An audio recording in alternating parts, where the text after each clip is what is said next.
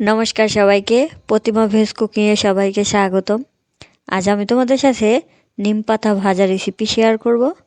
এখানে আমি নিম পাতা নিয়েছি। নিম পাতাগুলো কেমন সেটা এবার দেখাচ্ছি। নিম পাতাগুলো পরিষ্কার করে বেছে নিয়েছি আর ধুয়েও নিয়েছি। এবার নিম পাতাগুলো ভেজে নেব। কড়াইতে অল্প করে তেল দিয়ে দিলাম। তেলটা গরম হয়ে আসলেই নিম পাতাগুলো দিয়ে দেব। নিম পাতা দেওয়া হয়ে গেছে, এবার একটু নেড়ে নেব।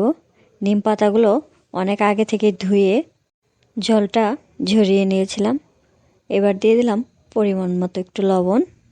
লবণ দেওয়া হয়ে গেছে, এবার ভালো করে মিশিয়ে নেব। চুলার আঁচটা প্রথম দিকে হাই করে রাখতে হবে, আর নিম পাতার গায়ে যখন জল থাকবে না তখন চুলার আঁচটা একদম লো করে রাখতে হবে। তারপর নেড়ে চেড়ে ভেজে নিলেই নিম পাতা ভাজা হয়ে যাবে। আর এই নিম পাতা ভাজাটা গরম গরম ভাতের সাথে খেতে খুবই মজা। নিম পাতা আমাদের দেহের জন্য খুবই উপকারী একটা পাতা। এই নিম পাতাটা কাঁচা অবস্থায়ও অনেক কাজে আসে। যেমন চুলকানি হলে এই নিম পাতাটা বেটে গায়ে নিলে চুলকানিটাই অনেকটা কমে যায়। ছোটোবেলায় মাঝে মধ্যে যদি পেট ব্যথা করতো, মা এই নিম পাতার রস করে খাইয়ে দিত।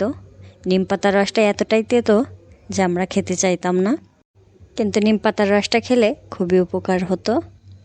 তোমরা যদি খালি এই নিম পাতাটা খেতে না পারো, তাহলে সাথে কিছুটা আলু দিয়ে ভেজে খেয়ে নেবে, তাহলে আর খারাপ লাগবে না। নিম পাতা ভাজা হয়ে গেছে, এর থেকে আর ভাজবো না, তাহলে পুড়ে যাবে।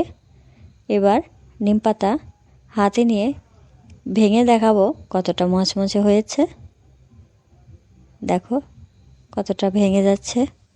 আজকের এই রেসিপিটা কেমন লাগলো অবশ্যই কমেন্ট করে জানাবে। সবাই ভালো থাকবে, সুস্থ থাকবে। নমস্কার।